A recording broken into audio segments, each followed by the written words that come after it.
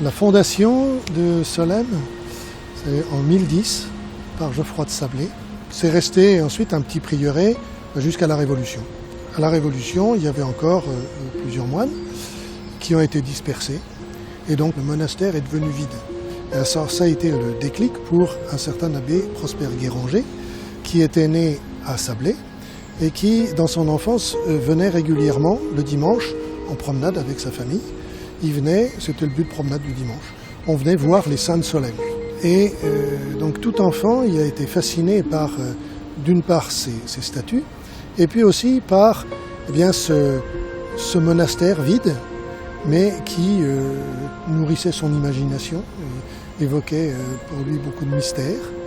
Et lorsque, en 1833, donc comme je vous disais, le propriétaire a décidé d'en faire une carrière, là il s'est dit c'est le moment ou jamais, après ça sera trop tard. Et ils se sont lancés. Ils n'avaient pas 3 sous vaillants, mais à la grâce de Dieu. Et vous voyez, ça a tenu. Nous nous trouvons à la Marbrerie, qui, comme son nom l'indique, était un ancien bâtiment industriel, qui jusqu'en 1953, je crois,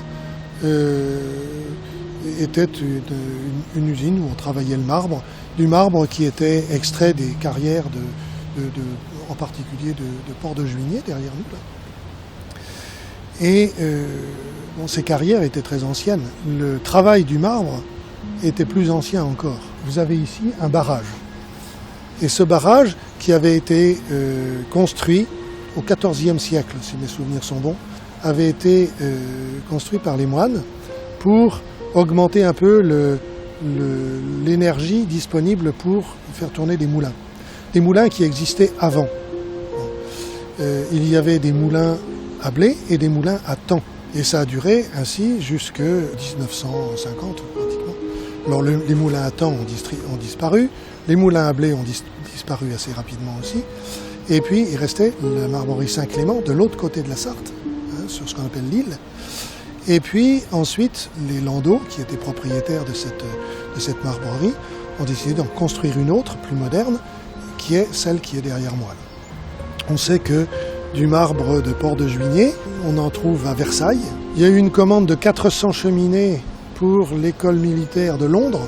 Bon, il y a eu des hauts et des bas dans l'activité de ces marbreries, suivant le contexte économique. Donc il y a eu des périodes où il y a eu jusqu'à plus de 200 marbriers à travailler ici. Il y en a d'autres où ça a chuté à 60. Et après la guerre, en fait, l'industrie du marbre a un peu périclité, parce que le marbre n'était plus à la mode. Et puis il y a eu la concurrence du granit pour les monuments funéraires. Il y a une autre version, une tradition orale, qui dit que pendant la guerre de 14, les carrières de marbre ont été exploitées avec des explosifs pour alimenter les fours à chaud. Et le marbre étant très fragile, les veines de marbre ont été ébranlées par les explosifs. Et quand ils ont voulu reprendre le travail après la guerre, eh bien, ils commençaient à travailler un bloc qui se fondait en deux. C'est ce qui aurait contribué aussi à la ruine des marbreries à Solesmes. Quelques années plus tard, la communauté a racheté la marbrerie. Un des pères hôteliers, le père Ménard, a compris l'intérêt de ces bâtiments pour recevoir des groupes de jeunes. Alors, il y avait beaucoup de groupes scouts, de chorales, de paroisses aussi, etc. Voilà.